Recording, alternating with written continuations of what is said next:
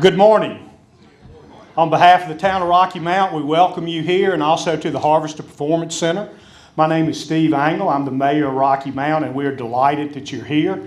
If you have not visited Rocky Mount before, I hope you'll have time to take a look around town before you leave, and please come back for a visit. Those of you that are familiar with Rocky Mount, you know what a great place it is, so please continue to be here in Rocky Mount.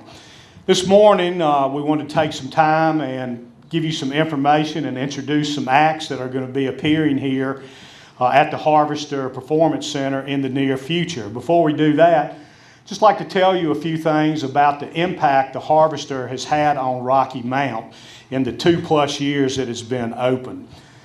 Now, since that time, Rocky Mount has become a destination for people. Now, a lot of times small towns end up being just pass-throughs or whatever, but not anymore for Rocky Mount. In the short time the Harvester has been open, we have welcomed guests from 39 states and 9 countries here specifically to see a show at the Harvester.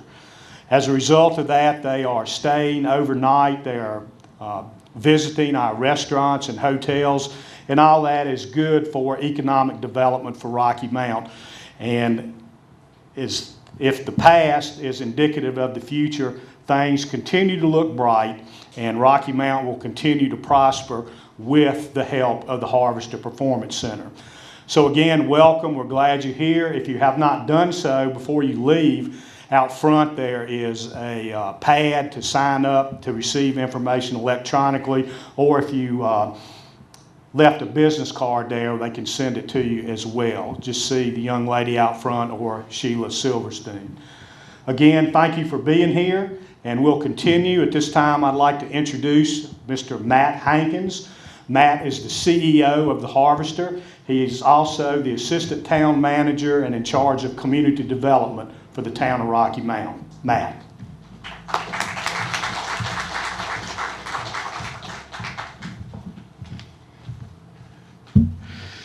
Good morning. I am Matt Hankins. I'm the Assistant Town Manager for Rocky Mount, CEO of the Harvester. Today I'm also the Interim Public Works Director. You know, we're a small town, we all wear a lot of hats. I'm in my 5th year of working on the Harvester project, and it seems to have flown by. I'm more and more amazed every day at what dedicated staff and volunteers can do for a small town in growing a project like this. And I've got to tell you, it's a pleasure to lead an organization like this. It's passionate, that has dedicated staff and volunteers who want to provide a great entertainment experience for the thousands of people that we have coming through the Harvester Performance Center every month. Would like to recognize Mayor Angle. He's getting a reputation with the music acts as Mayor Steve. He's the guy that wanders into the green room and slaps them on the back and asks them how they're doing and welcomes them to Rocky Mount, or that comes out onto stage and introduces them. And that's a great sort of cachet to have. We do have a lot of VIPs and folks here, and I'm not going to try to name everybody because I didn't see everybody as you came in, but we sure do appreciate you coming out. We do have a lot of partners and sponsors who help make this happen. Particularly want to recognize Grand Home Furnishings, the sponsor of our box office. We also would like to recognize the Roanoke Times, one of our media sponsors, Channel 7, WDBJ, one of our media sponsors as well. Thank you all for coming out. We also have Gary Jackson, our general manager, who'll speak to you in a few minutes about our acts that are coming up. Sheila Silverstein, our assistant general manager, put this together today. Rex Norris, who works our box office, we call him the ticket doctor. He's the one that welcomes you as you come in. We also have another full-time staff member coming on next week to help with some of our operations, Shelley Arthur. Also want to recognize Josh Gibson with Giant Step Design, who does our show posters and a lot of our visuals here. So thanks for all the work that he's doing. The reason why I mention so many people is that as we grow, we're finding out more and more that reputation really matters. Music fans hear from one another about how great the experience is, about how great the live performances are here at the Harvester, and so they go back and they tell their neighbors and their friends what they've seen here, what sort of world-class acts that they've seen. They take that back and share that, and we're growing by word of mouth as well as by the media exposure that we both buy and receive from our partners in the media. In a few minutes, Gary's going to talk about some of our reputation, the impact that we're having, not just on the regional music scene, but on the music business overall. And I'll tell you what my favorite part is about this job. It's thanking people. Whether it's Mayor Engel or I doing the band introductions and thanking people sitting in the audience for coming to Rocky Mount, or just standing out here at the door at the end of the night, holding the door open, thanking folks and seeing the expressions on their faces, thanking them for coming. I get to see those smiles on their faces and hear them talk to one another about what a great performance it was. And as I tell them goodnight, things do get a little physical from time to time. I've had my hand shaken, I've been high-fived, I've been hugged, I've even had my rear end patted by a couple of affectionate old ladies. It's not a bad gig to have. But 5 years ago, you didn't imagine that Rocky Mount would become a music destination, but Town Council did. 3 years ago, you might not have believed that a small town between Roanoke and Greensboro would be able to attract some of the biggest names in music to its stage, but you believe it now. You might not have believed a year ago that the Harvester would pay for itself through economic benefits in the community, but you believe it now. You might not have believed walking through the door just now that one of the biggest names in current country music wants to play at the Harvester based on our reputation. But you'll believe it in a few minutes. And just imagine what you don't know about today that we'll have pulled off tomorrow. Before we get into the details of the acts that we're announcing today, I want to talk about the economic and community impact that the Harvester has had. The town of Rocky Mount owns the Harvester Performance Center through its Economic Development Authority. We spent $2.7 million to reconstruct this old hardware store and create this music venue.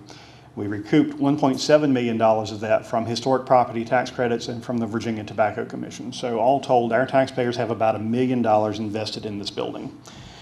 The expectation for now is that the town will continue to underwrite the operational and staffing cost of the building through the increased income it receives from meals tax generated by that Harvester activity. The shows are expected to be profitable on their own. And I am pleased to announce that the Harvester Performance Center shows were profitable for each month of the first quarter. We turned a profit of $28,000 from January through March. The second quarter numbers will be available to us next month, and the preliminary expectation is that the second quarter will also meet our profit expectations. The elephant in the room, however, has always been whether the Harvester would pay for itself, and it's time today to put that question away. In terms of economic development, the Harvester has already paid for itself through new investment, increased tax revenue to the town of Rocky Mount and Franklin County, and in the value of the exposure that Rocky Mount gets as Southwest Virginia's premier music destination. We are now in our third year of operation. Over the first 27 months of operation, we hosted approximately 90,000 audience members, and I've got an update on the number that Steve gave you. It's now 42 states and 10 foreign countries. Our most recent foreign ticket buyers came from the Czech Republic. Our guest book out in the lobby has recent names from Louisiana, Tennessee, Kentucky, Arizona, Nevada, Utah, California, New Mexico.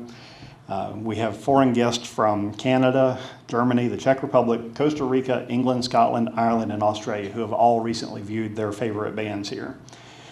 Most of those visitors would not ever have come to Rocky Mount unless we gave them a reason to do so. The reason is great music, great live performances put on in a world-class venue with world-class sound. This venue would probably fit on the main floor of most civic centers, and by rights we probably should not be drawing some of the folks here that we're drawing, except through our reputation. Do we know the impact that visitors are having on our community? We do, and that's measured through the tax revenue, the economic activity, the social media engagement, the media coverage, and the community stories that we hear. And the numbers are cold, hard numbers. They're part of the public record. So it's not something that's been pulled out of a hat or pulled out of thin air. These are numbers that have been reported to our town council by our finance director. It's all public record. Let's look at the lodging tax. And we do have some folks here. The Claiborne House is back here. They contribute to our lodging tax. We have 5 total establishments here that contribute to lodging tax. And the lodging tax increased year over year from last June to this June by 7%. The lodging tax is what we take in. It's a 5% rate, and it increased from $97,632 last year to $104,350 this year. That's an extra $134,360 in lodging spending over the past 12 months, over that previous year, which was itself a record. That works out to approximately 1,500 extra nights in our lodging establishments over the previous year. And overall, between last June and this June, out-of-town visitors spent just under $2.1 million in short-term lodging in Rocky Mount. And that's, again, over the 5 establishments, 2 hotels and 3 bed and breakfast. And that itself is up $500,000 over the past 3 years, much of that activity attributable to the Harvester and what we do here. The fiscal year before the Harvester opened, the town collected $77,923 in lodging tax from just under $1.6 million in lodging stays. So again, up about $500,000 over the course of the last 3 years. But the biggest local tax impact that we have is clearly the meals tax. Our visitors eat. Some stay and eat, and many stay, eat, and shop while they're here. And that's exactly the impact that we envisioned when we opened the Harvester. Over the past 3 months, the town has set a record for meals tax in a single quarter, bringing in just a couple $100 shy of $375,000 in meals tax over the past 3 months. So for the year to date, Rocky Mount restaurants and caterers have collected meals tax on $14.2 million in restaurant sales, putting Rocky Mount on pace to eclipse last year's record of $27.5 million in restaurant sales. By contrast, the year before the Harvester opened, the town collected meals tax on $24.5 million. Still healthy for a town of our size, but clearly the Harvester has had a significant impact on the restaurant meals and meals tax collections here in Rocky Mount. Franklin County's tourism staff is here today, so welcome David, and I believe Madeline is with you or is coming later. The Franklin County staff is seeing the same thing that we're seeing, and you can certainly ask them about that.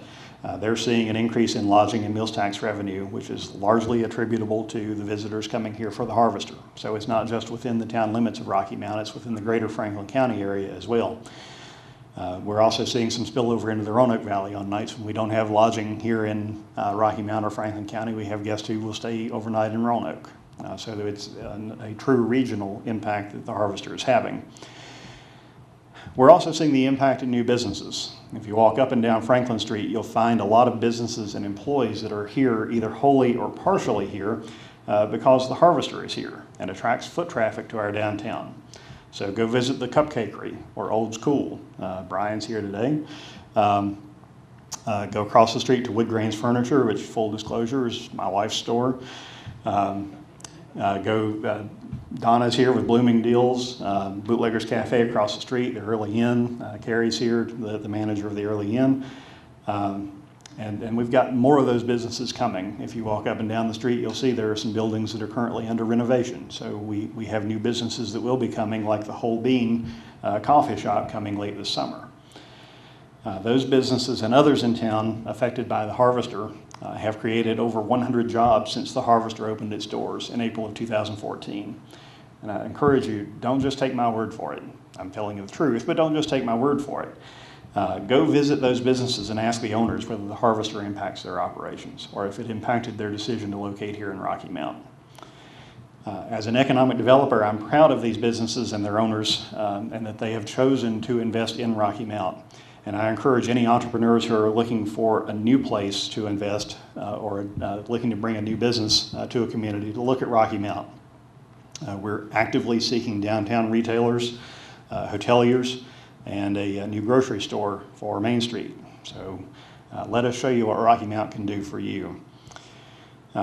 We had a developer come through and take the tour of the Harvester for the first time a few weeks ago. He's working on a major development on the south end of town, building a lot of houses.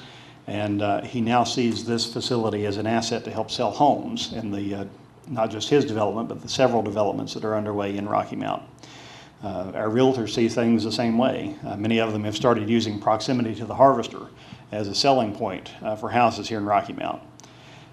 Local realtor Bob Parcell, who I haven't seen, I don't think he's here today, but he's one of our ticket sponsors. And he's on there because he knows that people will choose to relocate to Rocky Mount when we have a world-class facility that's such a cultural amenity. The regional quality of life make this a great place to live, work, and raise a family and retire. And when you throw music into the mix, along with the lake and some of the other tourism and cultural assets that we have here, like Blue Ridge Institute or the Blue Ridge Parkway, you really have an outstanding quality of life. And that just goes to show that we can continue to do great things as we continue to grow our community. One of those examples, I mentioned the Claiborne House earlier. Want to publicly thank you all for your weekend supporting the police officers. They have donated their lodging establishment for the weekend to police officers from a variety of agencies. It was first come, first serve, and they have filled up for the weekend. And we've donated some tickets so that those officers can attend shows while they're here with their spouse or their significant other. And we think that's a great thing that helps to build our community. I want to encourage all of you who are here today to keep an eye on us, because we have even greater things in mind for the next few years. Gary keeps coming up with great ideas, and we want you to all continue to be amazed at what we can pull off here in Rocky Mount, working with the Harvester. I do have a special announcement to make today before Gary comes up and talks about the musical acts. In April, we hosted our first ever live full stage performance from a professional acting company, the State Theater of Virginia. Abingdon's Barter Theater partnered with us to present a comedy, Lying in State. I can tell you that the play was very well received. It sold out about 3 weeks ahead of time. There was tremendous community interest in it. We had probably the most phone calls that we've had from people who were looking for tickets over that 3 weeks.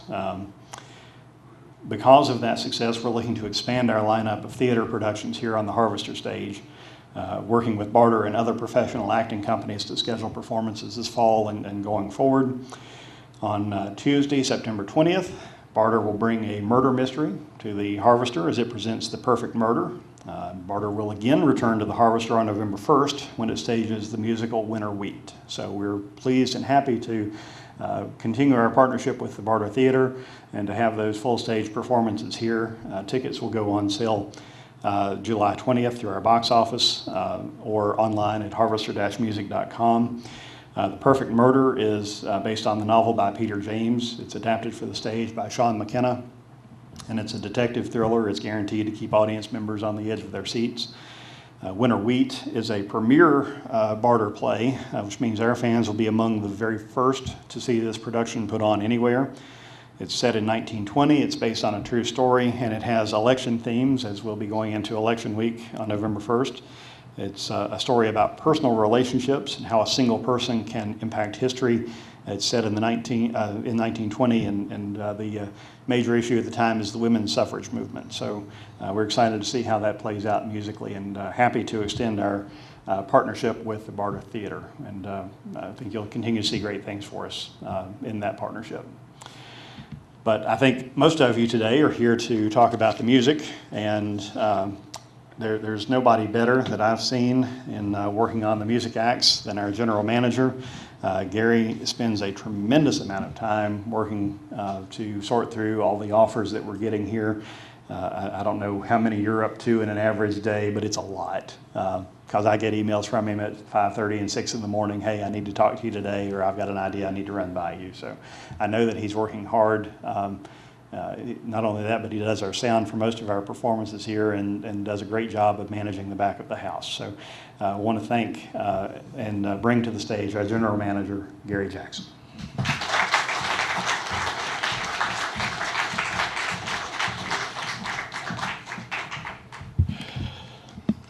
Good afternoon. I am Gary Jackson, and I want to thank each of you for taking time out of your day today to attend this press conference. And it's been said already, but we have come a long way in our first 2 years.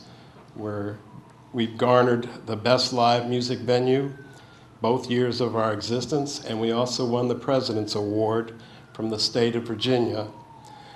And also, the thousands and thousands of folks have enjoyed a live concert, and that's a wonderful reward for all our efforts. And it's our dedication to setting the table night after night, no matter the genre of music we have, that's improved folks' take on life in that mood. It lingers for them, and it affects their interaction with others and hopefully their love of life. I've received countless emails thanking me for what the Harvester is doing, and I'm truly humbled by that response. We've learned that the Harvester itself has real value. The people who attend our concerts appreciate and derive real value seeing their favorite artist up close and personal. They get that they are very much a part of all that occurs by their participation and enjoyment. It's their personality that evolves during the night that creates a unique experience for each show. And they're learning that that seat at the table was set just for them. It's our Harvester mantra, setting the table. It's so all can enjoy a complete experience. It's the fact that a person decided to attend an event that makes the night special, and putting all those unique folks together around this table makes for a night that will exist once and once only. And yet that mood and memory that was created will live long and linger, and hopefully change one for the better. Because music has a wonderful power, and it influences and the influence it has on the human spirit. Its experience is a gift we are all fortunate to have. So with that in mind, we continue to build a world-class roster of artists to play the Harvester and bring even more people here to celebrate that special bond only live music can deliver. I remember for me coming up in the late 60s and early 70s, it was like the music scene was just starting to explode on the American culture. And I learned a valuable lesson that guides me still today, and that there was this invisible veil between the artist on the stage and the audience out in the house. And that awe factor, sometimes it could hinder one's experience. It could block things that one didn't even know were available to them. And I've spent my whole life pretty much trying to part that veil and allow the artist and the audience to have a truly unique and wonderful interaction. And judging from our success these last 2 years, I believe we're on our way. And this fall, the parade of talented people who will continue to grace the Harvester stage is being updated almost daily. There's a lot of acts that are coming that I can't talk about yet because they're not confirmed. But today I can talk about multiple Grammy Award winners, CMA Award winners, and countless other artists who have garnered awards and been part of great tours. They're all coming to Rocky Mount.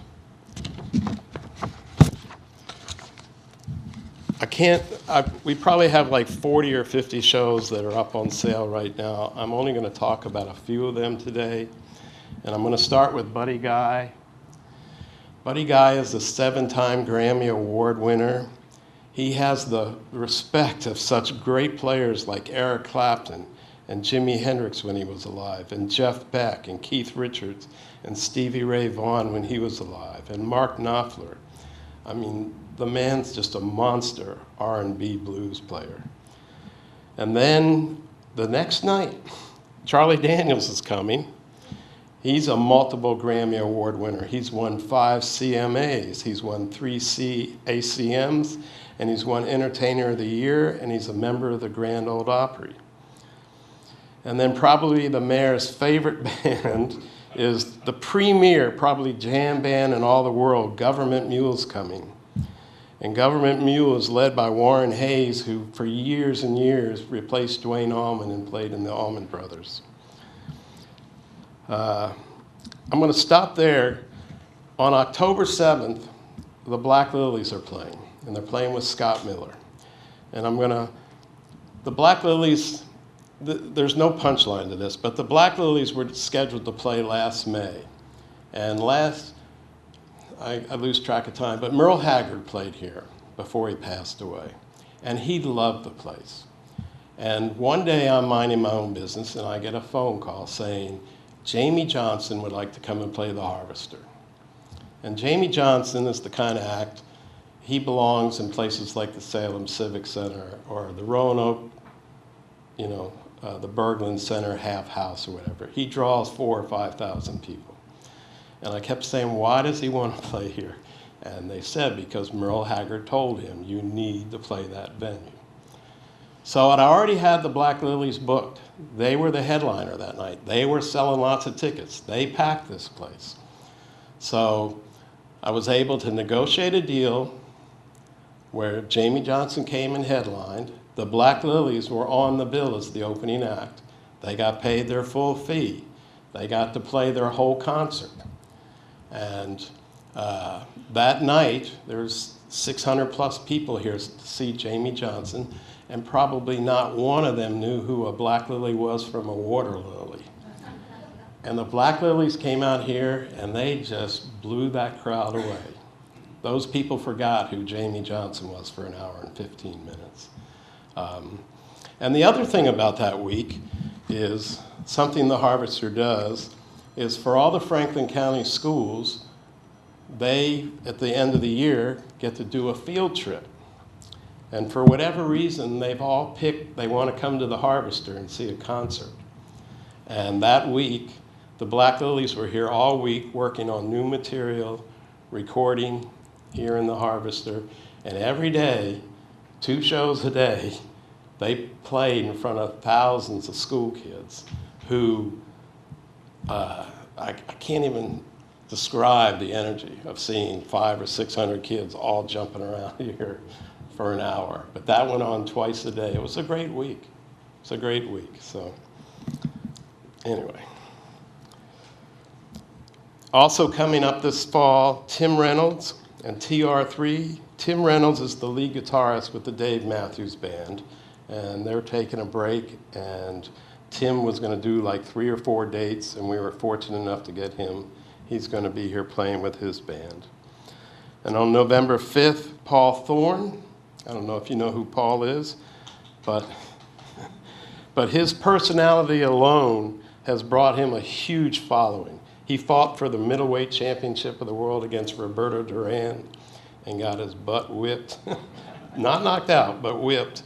And he wrote a great song called Hammer and the Nail. And you can guess who the nail was. So, but his witty, funky R&B lace music is the absolute best. It's just a great, great show. And then also in November, Keb Mo's coming back. Keb Mo is a multi-time Grammy Award winner, and he transports you to a simpler time in life, and he gives us a true slice of life and catches you in a spellbound moment of euphoria. He is just the most gentle,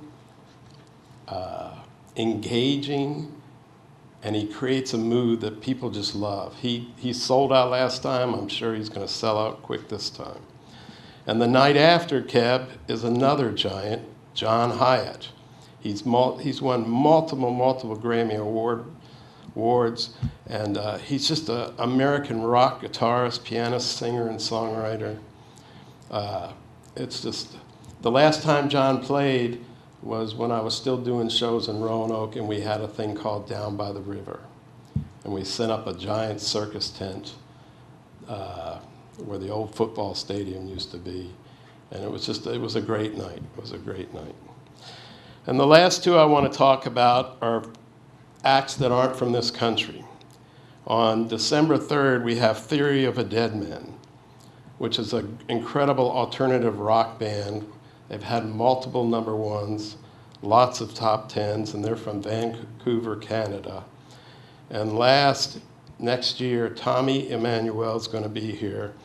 He's one of the world's premier guitar players, and I highly recommend you see that. And I think that's it. You all have the list of all the different acts that are coming.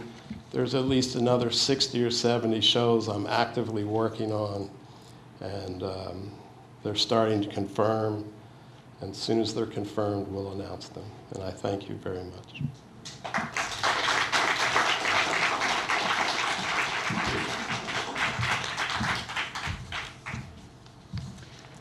Gary and I will take a few questions if you want to ask questions. If not, you can catch us afterward. And we do have a table out here with some food on it. We're glad to have you here as our guest, and we encourage you to stay and eat lunch with us. Any questions for us while we're up here? Let's eat.